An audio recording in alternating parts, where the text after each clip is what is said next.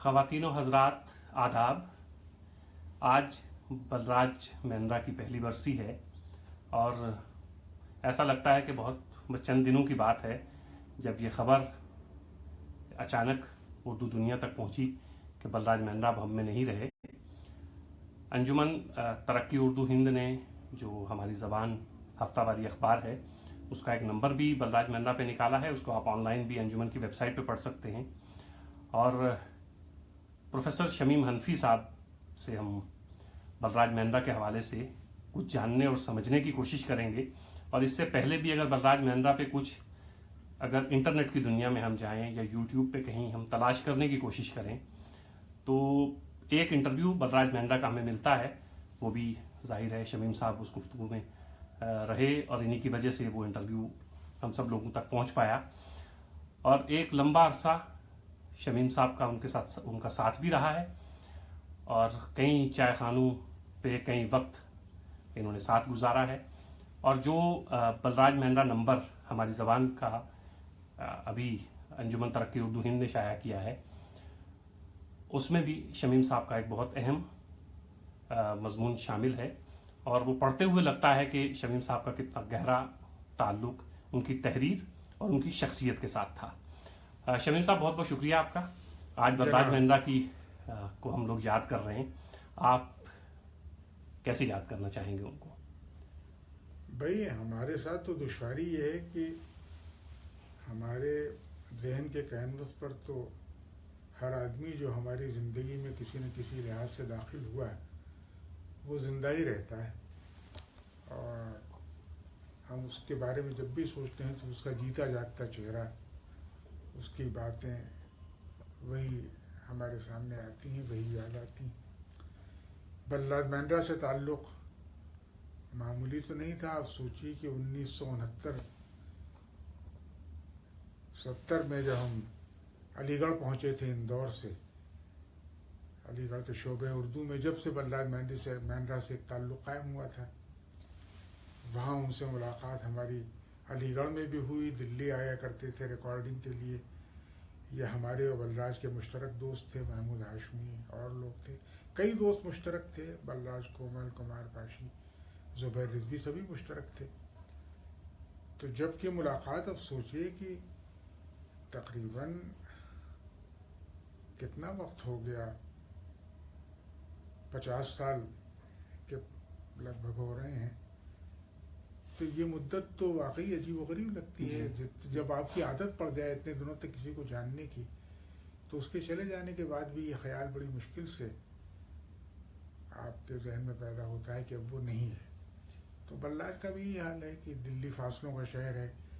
ادھر ہماری ملاقاتیں کم ہو گئی تھیں. بہت دور رہنے لگے تھے بلراج مہندرا، میرے گھر سے تقریباً 40 کلومیٹر کا فاصلہ. لیکن بہرحال ایک تعلق تھا جو چلا آ رہا تھا. اور ہم بلراج مہندرا کو ہمیشہ اسی طرح یاد کرتے ہیں کہ وہ اس کی شخصیت صرف ایک روایتی ادیب کی شخصیت نہیں تھی. وہ صرف اپنی تحریروں کے حوالے سے، یعنی یہ نہیں تھا کہ ہمارے ذہن میں زندہ ہے. واقعہ یہ ہے کہ بلراج مہندرا ان لوگوں میں تھے جن کی شخصیت کبھی کبھی ان کی تحریر کو بھی پیچھے چھوڑ دیتی. اور ایک عجیب شان تھی اس کی، بلراج مہندرا کی. بہت چھوٹی سی نوکری، یعنی لیب اسسٹنٹ RBTB ہاسپٹل میں. وہ بھی ان کی بیوی چمپا بھی دونوں اسی ملازم تھے ایک زمانے تک.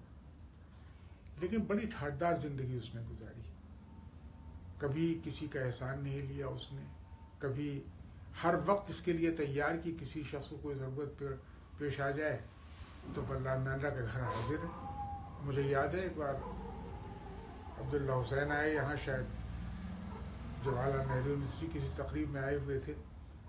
تو ہم لوگوں کی ملاقات ہوئی ساہتیہ اکیڈمی کے سبزہ پر. انہوں نے کہا میرا جی چاہتا ہے کہ یہاں آ کے کچھ دن رہوں. تو بلراج نے کہا میرا گھر حاضر ہے. ارے بھائی 2 کمروں کا چھوٹا سا، کہنا چاہیے کہ اپارٹمنٹ، بہت معمولی چھوٹے چھوٹے کوٹھی نما 2 کمرے. لیکن ایک اسی میں بلراج مہندرا خوش، اور اپنی زندگی سے اسے کوئی شکایت نہیں.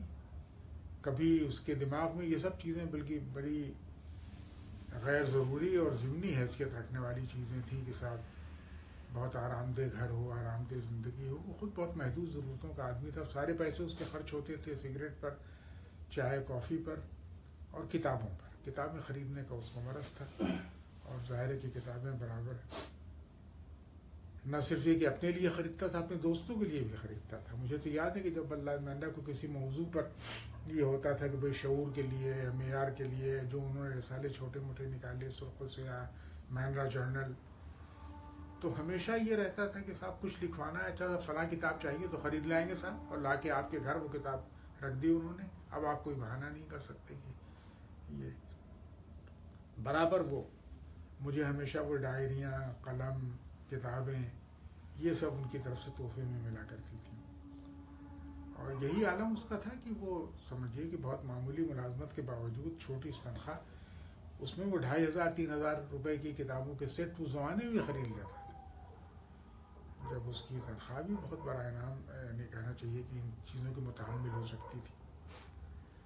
آخری زمانے میں جو بلراج مہندرا کو پینشن مل رہی تھی، سمجھیے بہت معمولی پینشن بھی رہی ہوگی، اس وقت بھی اس نے داستایوسکی کے نئے ایڈیشنس آئے تو وہ اس نے پورے خرید لیے. اب اس کے گھر میں پتہ نہیں مشکل نے کیا کیا ہے، کیسے رکھا ہے، کیسے نہیں رکھا ہے. اسی طریقے سے تولستوئے کے، داستایوسکی کے، آئن رینڈ کے، جو اس کے پسند کے جتنے مصنف لکھنے والے تھے کسی بھی زبان کے، تو وہ کتابیں خرید کے رکھتا تھا. اس کے یہاں کمرے میں آپ دیکھیں تو تصویریں بھی لگی ہوئی، 2-3 اوریجنل تصویریں تھیں. ایک تو مجھے یاد ہے کہ ارپتا سنگھ نے ایک بار ہم سب کو اپنی ایک پینٹنگ تحفتاً دی تھی، مجھے، بلراج مہندرا کو اور انور سجاد کو. وہ آئے ہوئے تھے پاکستان سے. میرے یہاں تو یہ لگی ہوئی ہے، اور 2 بلراج مہندرا کے پاس ایک تصویر تھی، میں نہیں بلکہ اس کا فریم بنوا کے اس کو دیا، اور انور سجاد کو بھی اسی طریقے سے.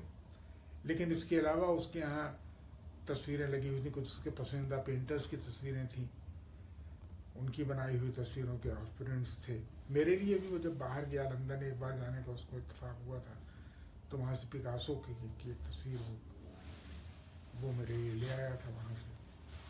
تو بلراج مہندرا کا یہی سب شوق تھا. تو بڑا زندہ آدمی، اور ایسے زمانے میں ایسا شخص جس کو بتائیے کوئی پرواہ ہی نہیں کسی کی بات کی، جائیداد کی، گھر کی، پیسوں کی، کوئی وہ نہیں. اور اپنے ضرورتیں اس کی پوری ہو جاتی تھیں، لیکن ہمیشہ میں نے دیکھا کہ اپنی بساط سے زیادہ وہ خرچ کرنے کے لیے تیار رہتے تھے ہمیشہ بلراج مہندرا. تو شخصیت اس کی بڑی غیر معمولی تھی، بہت پرکشش تھی. اس کی آواز، اس کا رہن سہن، لباس، آپ نے پتہ نہیں اس کو دیکھا یا نہیں دیکھا اس ایک بار آپ ہی کے ساتھ ہم لوگ ایک اچھا ہاں گھر پر تو گئے تھے. وہ تو بیماری کا زمانہ، جب تو مہندرا بجھ چکا تھا، بالکل کہنا چاہیے کہ آگ تو بجھ چکی تھی. جب آپ نے دیکھا تو بستر پر تقریباً بیٹھ گئے تھے ہم دونوں، وہیں بیٹھ کے ہم نے گھنٹے بھر باتیں کی جو آپ نے ریکارڈ کی تھی. لیکن بلراج مہندرا جس زمانے میں اس کی صحت ٹھیک تھی تو بڑی اس کی شاندار بلو جینز اس کی اور بلو ٹی شرٹ، عام طور پر ایک سرخ چادر وہ اوڑھے رہتا تھا اکثر سردیوں میں، خاص طور پر شال نما، اور ایک تھیلا اس کے کاندھے سے لٹکا ہوا، اس میں کچھ کتابیں ہمیشہ. ایک عجیب و غریب زندگی اس نے گزاری. اور ظاہر ہے کہ دلی میں ہم لوگوں نے ساتھ بہت وقت گزارا، دریا گنج سے لے کر کے فتح پوری تک ہماری واک جو تھی وہ بہت عام تھی. یہ جو ہم ملتے تھے وہاں آپ کی پسند پر، اور وہاں سے پھر ٹہلتے ہوئے فتح پوری تک جایا کرتے تھے. تو یہ سب تھا تماشا. بہرحال ہمارے یہاں آنا بلراج مہندرا کا، میرا اس کے گھر جانا، اس زمانے میں RBTV ہاسپٹل کے وہی ٹینمنٹس میں رہتا تھا وہ. تو کمال کا آدمی تھا بھائی. ظاہر ہے کہ سوائے اس کی یاد کریں اور کیا کر سکتے. جی سر، جو انہوں نے لکھا، جو ان کی کہانیاں ہیں، اس پہ بات تو بعد میں کریں گے. جو رسائل، پرچے انہوں نے نکالے، مہندرا جنرل ہو یا خاص طور سے شعور کا ذکر کرنا چاہیں گے، اس کے 5 یا 6 شمارے اس کی شاید. لیکن آج تک وہ 6 شمارے ہیں صرف، اور ہمارے ذہنوں پہ جو ہے وہ ایک طرح سے نقش ہو گئے ہیں، خاص طور سے جو طالب علم ہیں جو کو پڑھتے ہیں. اور پھر وہ زمانہ، جس زمانے میں انہوں نے یہ سب کام کیا ہوگا، تو اس زمانے میں کیا ریئیکشن تھا شعور کا؟ اس وقت تو ہم یاد کرتے ہیں کہ اردو کے جو بھی اچھے رسائل شائع ہوئے ہیں اردو کی پوری تاریخ میں، اس میں شعور ہے، لیکن اس وقت کیا ریئیکشن تھا ان لوگوں کا؟ بھائی شعور سے پہلے بلراج مہندرا نے ایک شمارہ تو معیار کا نکالا تھا شاہد ماولی کے اشتراک سے، اور مجھے یاد ہے بلکہ کہ اس کو تو دھن رہتی تھی ہمیشہ ایسی چیزوں کو تلاش کرنے کی جو نہیں ملتی عام طور پر۔ مثلا خالدہ حسین کا اس وقت تک کوئی مجموعہ نہیں چھپا تھا، اس وقت وہ خالدہ اصغر کے نام سے لکھا کرتی تھی، 1 درجن کہانیاں تھیں ان کی چھپی، میری تو بہت ہی پسندیدہ لکھنے والی ہیں وہ اب بھی۔ اور بلراج مہندرا نے ان کی کہانیاں جمع کی، سویرا میں چھپی تھی زیادہ تر، میرے پاس لے کر کے آئے کہ اس پر ایک مضمون لکھو، اور معیار کے شمارے میں ہم اس کا ایک انتخاب چھاپیں گے اور ان کے بارے میں مضمون۔ تو خالدہ حسین پر یعنی گویا کہ اس سے تو خالدہ اصغر ہی تھی، ہم لوگ اسی نام سے ان کو جانتے تھے، تو شادی سے پہلے جو ان کا نام تھا۔ بہرحال وہ ان کی کہانیاں چھپیں اور ان کا مضمون چھپا۔ مجھے بڑی خوشی ہوئی جب وہ یہاں دلی آئیں، ایک بار خالدہ حسین کسی عورتوں کی کسی کانفرنس میں آئی ہوئی تھیں اور یہاں IIC میں ان کا قیام تھا، تو میرے پاس ان کا فون آیا کہ ملاقات کسی وقت ہونی چاہیے۔ میں شام کو گیا، وہاں ان سے ملاقات ہوئی۔ انہوں نے کہا صاحب وہ میں نے دوبارہ پھر سے اب لکھنے کا ایک شوق مجھ میں پیدا ہوا ہے اور میں پھر سے لکھنا میں نے شروع کر دیا ہے۔ تب اس کے بعد ان کا مجموعہ چھپا کچھ دنوں کے بعد، پہچان کے نام سے غالباً پہلا مجموعہ چھپا تھا ان کا۔ تو اس کے بعد تو خیر 3-4 مجموعے چھپے، ایک ناول بھی چھپا شیشہ گھاٹ، اور افسانوں کا مجموعہ ہے خواب میں ہنوز اور پہچان، دروازہ، یہ سب مجموعے ان کے شائع ہوئے۔ تو بلراج مہندرا کو تو ایسی تلاش رہا کرتی تھی، تو اس سے پہلے انہوں نے یہ سب نکالا، مہندرا جرنل اور سرخ و سیاہ کے نام سے ایک پتلا سا ایک رسالہ نکالا تھا، لیکن وہ کچھ بھی ہو، مہندرا کی ایک کہنا چاہیے مہر لگ جاتی تھی جس چیز پر، ایک تو وہ جو اہتمام کرتا تھا کتابت، مثلا زانے تو خطاطی ہوا کرتی تھی، کتابت ہوا کرتی تھی باقاعدہ۔ جمال گیاوی ایک صاحب تھے جو مہندرا کے پسندیدہ کاتب تھے، ان کو یہ زیادہ معاوضہ دے کہ ان سے کتابت کرواتا تھا، اور ہمیشہ یہ تھا۔ اور پھر یہ کہ جس عالم میں شاہد صاحب کا لبرٹی آرٹ پریس وہاں دریا گنج میں تھا، وہاں بلراج مہندرا سڑک کے کنارے تقریباً فرش پر بیٹھے ہوئے اور اس کی پلیٹس پڑھ رہے ہیں، یہ کیفیت کی غلطی نہ رہ جائے۔ چنانچہ شعور کا پہلا شمارہ جو شائع ہوا تھا جب نکالا انہوں نے بڑے اہتمام سے، تو اس میں صرف ایک جگہ غالباً کوما کی فل سٹاپ کی کسی طرح کی ایسی کوئی غلطی تھی، باقی نہیں تھی کہیں بھی۔ اور اس کا جو جلسہ بھی ہوا اس کے اجرا کا، تو ایک باقاعدہ ستار وادن ایک محمود صاحب ایک ہمارے مشترک دوست تھے لندن میں، وہیں رہتے ہیں انگلستان میں، تو وہ آئے، ان کا ستار کا پروگرام ہوا، اور اس میں مصور بہت سے شریک ہوئے تھے، روبن منڈل اور جتن داس اور رام چندرن، پرمجیت، گوگی سروج پال، وید نیر۔ اس زمانے میں کس کو آپ کہیں، یعنی جو یہاں کے مشہور جتنے سوامی ناتھن ہوئے، ایک ایک سے یہ مہندرا نے ایک پورا کلچر پیدا کیا جو اردو میں کسی رسالہ نکالنے والے نے نہیں پیدا کیا۔ اس طرح کا کلچر وہ یہ تھا کہ جیسے ہم پرانی روایت پڑھتے ہیں، فرانس میں نئی شاعری کے ساتھ ساتھ مصوری اور موسیقی کے نئے میلانات، یہ سب مل جل کر کے ایک دوسرے کو شیئر کرتے تھے، ایک دوسرے کے تجربے میں شریک ہوتے تھے۔ تو بلراج مہندرا کا بھی حلقہ جو تھا وہ صرف لکھنے والوں کا نہیں تھا، بلکہ اس میں واقعی ٹی وی آرٹسٹ تھے، گانے والے تھے، سازندے تھے، پینٹرز تھے، اداکار تھے طرح طرح کے۔ کہنا چاہیے کہ بلراج مہندرا کو ایک بڑا حلقہ، صحافی تھے یہاں کے، مختلف زبانوں کے لکھنے والے، ہندی کے، انگریزی کے۔ تو بلراج مہندرا کا ویژن جو تھا، یا کبھی اس کا جو کہنا چاہیے پورا پرسپیکٹو جو بنتا تھا، وہ اردو والوں کی طرح سکڑا سمٹا نہیں ہوتا تھا کبھی، بہت ایک ہے۔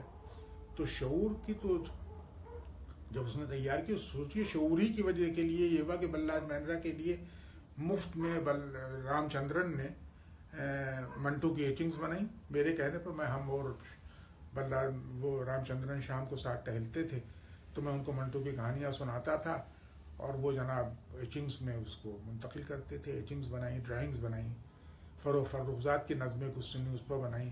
فہمید ریاض زمانے میں آئی ہوئی تھی، انہوں نے ایک طویل نظم گئی تھی کہ آدم پورا چاند نہ دیکھو گے، ظاہر ہے کہ وہ سیلف ایگزائل کے تجربے سے گزر رہی تھی اس وقت، اس کی ڈرائنگز بنائی انہوں نے۔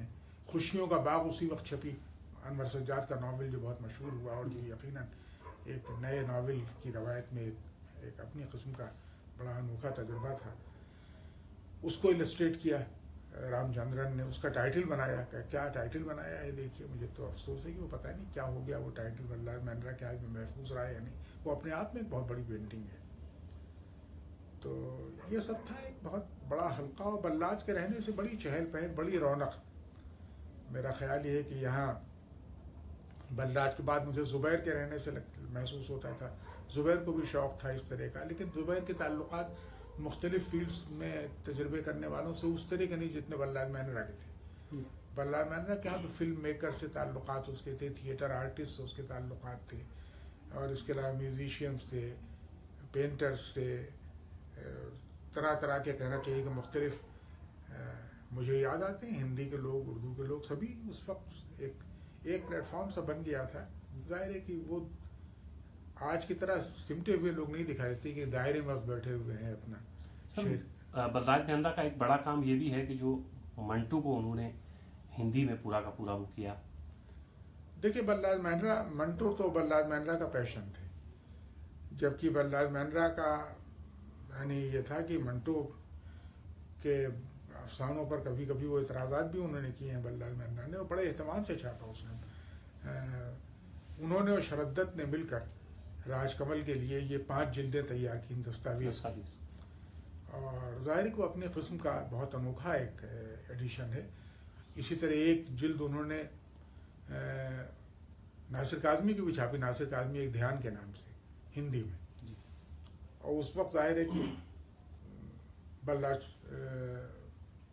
مہندرا کے ساتھ کئی لوگ تھے جو کام کرنے والے. تو راج کمل والوں نے بھی یہ کیا کہ جب یہ ایڈیشن نکلا دستاویز کا 5 جلدوں کا, تو بلراج مہندرا کے مشورے سے ان لوگوں نے منٹو کی بیٹیوں کو بھی بلایا ہندوستان.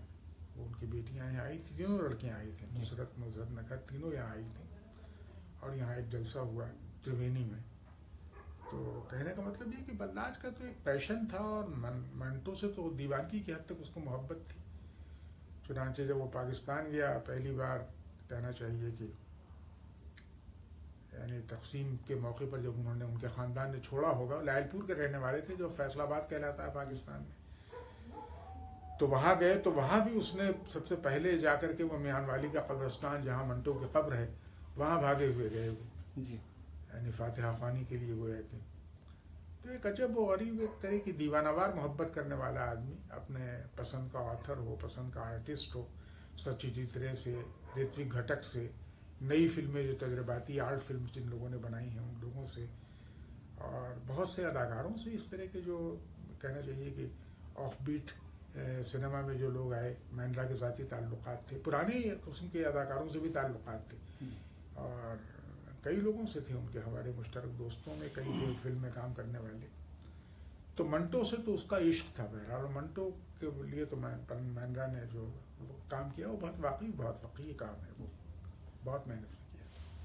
سر جو کہانیاں بلراج مہندرا نے لکھی, اور بلراج مہندرا نے بہت کم لکھا, ان کے معاصرین نے یا اس سے پہلے جو لوگ لکھ رہے تھے انہوں نے بہت زیادہ لکھا ہے.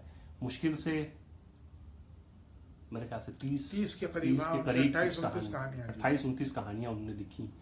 اور وہ زمانہ فوراً منٹو اور ان کے بعد کا زمانہ ہے جہاں بہت زیادہ لکھا گیا. اس کے مقابلے میں اگر ہم بلراج مہندرا کو دیکھتے ہیں تو انہوں نے بہت کم لکھا.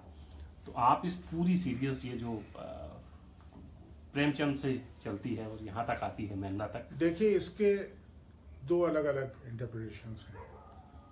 ایک تو یہ ہے کہ بلراج مہندرا لکھنے والوں کے یا افسانہ نگاروں کی اس قبیل سے تعلق ہے جنہوں نے تجریدی کہانیوں کو, علامتی کہانیوں کو فروغ دینے کی کوشش کی.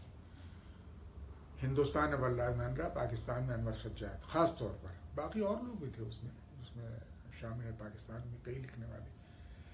لیکن یہ کہ یہ 2 نام خاص ہیں. اور شمس الرحمن فاروقی نے انور سجاد کو یہ لکھا ہے کہ جدید افسانے کا, نئے افسانے کا معمار اعظم ہے وہ. تو مہندرا کا معاملہ یہ تھا کہ مہندرا نے جو کہانیاں لکھی وہ ڈگر سے ہٹی ہوئی کہانیاں ہیں ساری کی ساری, اور کمپوزیشن سیریز کی کہانیاں ہیں 5-6 تو وہی ہیں. کچھ کہانیاں پرانی کہنا چاہیے جن میں نیریٹو وہ اسٹریٹجیز حکمت عملی استعمال کی گئی ہے جو پرانی کہانیوں میں ملتی ہے. جیسے ایک کہانی اس نے اپنے والد پر لکھی تھی, آتما رام کے نام سے. اس کے والد شاید اب سب کو نہیں معلوم ہوگا آپ کی ایک دن گھر سے ٹہلنے کے لیے نکلے اور غائب ہو گئے.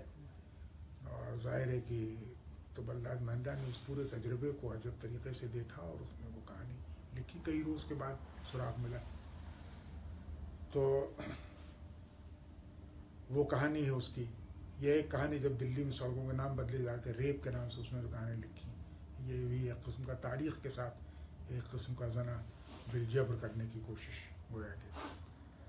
اور کچھ کہانیاں اس نے لکھی ہیں اس قسم کی جو کہنا چاہیے کہ روایتی کہانیوں سے ملتی جلتی ہیں.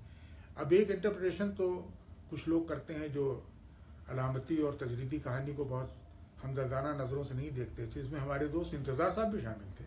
انتظار صاحب کا کہنا یہ ہے کہ بھائی ان کی اڑان ہی یہیں تک تھی, بس اس سے زیادہ لکھ ہی نہیں سکتے.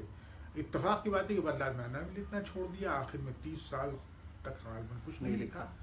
اور انور سجاد کا بھی ہوا کہ انور سجاد نے بھی لکھنا ہے کہ انور سجاد کی بھی جو کہانیاں ہیں ان میں دیکھیے آپ گائے ہے, چوراہا ہے, اس طرح کی کہانیاں, کوپل ہے, جو روایتی کہانی کے جو شرائط ہوتی ہیں, آداب ہوتے ہیں, ان کو قائم رکھتے ہوئے جیسے غیر معمولی کہانیاں لکھیں. تو یہ تو ہم نہیں کہہ سکتے کہ وہ ایسی کہانیاں لکھ نہیں سکتے تھے, لیکن یہ کہ بہرحال اب جب آدمی انور سجاد نے تو یہ دکھایا بھی بعد میں بہت سی کہانی کارڈک دما اور گینگرین اور یہ سب جو کہانیاں ان کی ہیں کہ جس میں گویا کہ یہ ہے کہ بھئی روایتی اسلوب جو ہے وہ ان کہانیوں کے کام کا ہم جو کہنا چاہتے ہیں اس کے لیے وہ کافی نہیں. تو ایک انٹرپریٹیشن تو یہ ہے کہ بھئی ان کی اڑانی یہیں تک تھی. دوسری یہ ہے کہ بھئی انہوں نے ضرورتاً ایک تخلیقی ضرورت تھی جس کو پورا کرنے کے لیے اس طرح کی کہانیاں لکھی. دنیا میں اور زبان میں بھی لکھی گئی ہیں ایبسٹریکٹ کہانیاں, علامتی کہانیاں لکھی گئیں. تو علامت کا میٹافر کا استعمال کہانیوں میں بہرحال بلراج مہندرا, ظاہر ہے کہ وہ اس طرح کی کہانیاں تو نہیں ہیں جن کو آپ بہت لطف لے کر کے پڑھ سکتے ہیں. ظاہر ہے مشقت کرنی پڑتی ہے. تو بہت سی ادب کی بہت سی اعلیٰ درجے کی تحریریں ایسی ہیں جن کو آپ صرف وقت گزاری کے لیے نہیں پڑھ سکتے, جن پہ آپ کو ذہن پر زور دینا پڑے گا, آپ کو تربیت حاصل کرنی پڑے گی, مشقت کرنی پڑے گی. بہت سی ایسی کہانیاں جن میں نیریشن پرانی وضع کا ہے, ان میں بھی اتنی پیچیدہ اور گتھی ہوئی کہانیاں ہوتی ہیں کہ آپ کو ایک بار میں سمجھ میں نہیں آتی کبھی کبھی, تو کئی بار آپ کو پڑھنا پڑتا ہے. لیکن مہندرا کا رول بہت بڑا رہا. اور ایک چیز اس کے ہاں ہمیشہ رہی, اور کہ جس زمانے میں اس نے یہ کہانیاں لکھی, آخری کمپوزیشن وغیرہ یا کمپوزیشن سیریز کی کہانیاں جو شاعری کی زبان سے بہت قریب ہے, جیسے بلراج کومل نے ایک مرتبہ کہا بھی تھا کہ نیا افسانہ یا علامتی افسانہ جو ہے اس نے نثر اور نظم کی حدیں مٹا دی ہیں. تو یہ بات تو خیر متنازعہ ہے اور ظاہر ہے کہ اس پر تو گفتگو کی جا سکتی ہے. لیکن اس زمانے میں بلراج مہندرا نے ایک مضمون لکھا تھا تنبولا کے نام سے, بہت مشہور ہوا یہ مضمون, اور اردو فکشن سے متعلق جو مشہور ترین مضامین لکھے گئے ان میں یہ مضمون بھی شامل ہے. چند صفحوں کا مضمون ہے لیکن کیا مارکے کا مضمون اس نے لکھا ہے, اور جس میں اس نے نئے لکھنے والوں کو بہت مذاق اڑایا ہے. ان تمام لوگوں کا جو کہنا جدیدیت کے نام پر ترقی پسندی کو برا بھلا کہنے لگے تھے. بلراج مہندرا بھی ترقی پسندوں کو برا بھلا کہتا تھا, لیکن وہ ان کے یہاں ریجیمنٹیشن کی جو کوشش تھی اس کا مذاق اڑاتا تھا. لیکن سر آخر آتے آتے انہوں نے جدیدیت کو بھی بہت زیادہ جدیدیت کو بھی اسی طرح مذاق اس نے اڑایا. تنبولا میں تو سارا مذاق اس نے جدید لکھنے والوں کو اڑایا ہے. اس نے, اور میرا بھی یہ خیال یہ ہے کہ جدیدیت کا پورا میلان جو تھا مغرب میں, تو یہ ایک ناراض اور برہم نوجوانوں کی ایک تحریک تھی جو یہ ہندوستان نے پتہ نہیں کیا بنا دیا اس کو لوگوں نے. یہاں ترقی پسندوں کی ضد میں لوگوں نے کہا کہ گویا کہ جو جس بات سے ترقی پسندی کی نفی ہو وہ جدید. لیکن سر یہ گفتگو کہیں اور جا رہی ہے, لیکن جدیدیت پہ آپ کی دو بہت اہم کتابیں نہیں میں نے لکھا, لیکن آپ نے اگر وہ کتاب پڑھی ہے اور اس میں آپ کا دھیان ادھر گیا ہے, آپ دیکھیں گے میں نے ایک اصطلاح وضع کی تھی جو بعد میں سب استعمال کرنے لگے, لیکن میرا خیال ہے مجھ سے پہلے یہ اصطلاح ملتی نہیں کہیں. میں نے لکھا تھا جدید ایک نئی نئی حقیقت پسندی, ایک نیو ریئلزم کی ایک شکل ہے. تو اس میں اور مغرب میں جو آوانگارد کا یا کہنا چاہیے اس کا تو لیفٹ موومنٹ سے, لیفٹ تھنکنگ یعنی ایک یساری سوچ سے, بائیں بازو کی سوچ سے بڑا گہرا رشتہ رہا ہے. تو بلراج مہندرا نے ان تمام نئے لکھنے والوں کو مذاق اڑایا ہے جو کہنے لگے ترقی پسندوں کو برا. اچھا یہ عجیب و غریب بات ہے کہ لوگ جانتے نہیں اور محض سنی سنائی پر بھروسہ کر لیتے ہیں. عسکری صاحب کے سلسلے میں جس کو دیکھیے کہہ رہا ہے ترقی پسندوں کے خلاف تھا. ارے صاحب اس آدمی نے سبط حسن کو جب گرفتار کیا گیا ہے تو اس کو انہوں نے عسکری صاحب نے سب سے پہلے اس کے خلاف آواز اٹھائی اور کہا کہ اٹس کولڈ ٹیرر. اور ظاہر ہے کہ اس کے علاوہ وہ انہوں نے ایک جہاں تو ان کا جملہ یہ ہے کہ ترقی پسندی کی روح میں جو ترقی پسندی کے تہ میں جو انسانی روح کے مطالبات کام کر رہے ہیں ان سے انکار کر کے تو میں انسان نہیں رہ سکتا، ادیب کہاں سے رہ جاؤں گا. یعنی گویا کہ ہر سچا ادیب بہرحال بائیں بازو کا ہوتا ہے، وہ رائٹسٹ نہیں ہو سکتا کبھی. تو یہ تو ہوتے ہی ہمیشہ.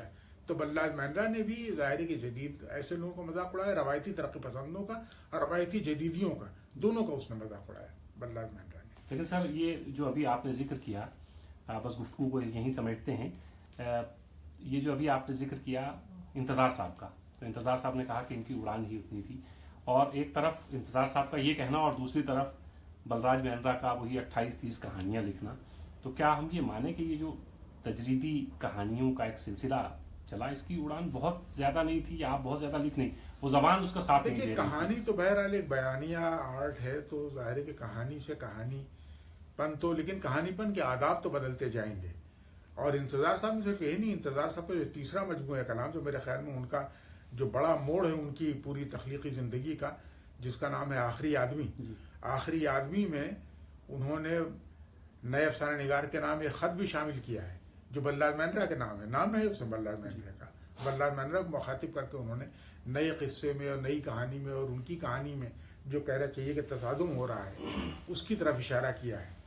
تو انتظار صاحب تو خود بھی بہت قائل تھے بلراج مہندرا کے، اور بلراج مہندرا بھی انتظار صاحب کو اتنا ہی قائل تھا. بلکہ ایک موقع پر تو بلراج مہندرا نے یہاں تک کہا کہ بھائی انتظار حسین کے ویژن کا کوئی دوسرا ادیب ہمارے یہاں پیدا نہیں ہوا افسانہ نگاروں میں. سر جب ہم ان کے گھر گئے تھے تو اس وقت بھی انہوں نے آپ نے ایک سوال کیا تھا، تو ان کا جواب یہ تھا کہ انتظار حسین منٹو سے بڑا کہانی کا کہا کہ ہاں جہاں تک ویلوز کا معاملہ ہے اس کا احساس انتظار حسین کے ہاں منٹو سے زیادہ ہے، اور اس معاملے میں منٹو اتنا بڑا ویژنری جتنے بڑے ویژنری انتظار حسین تھے.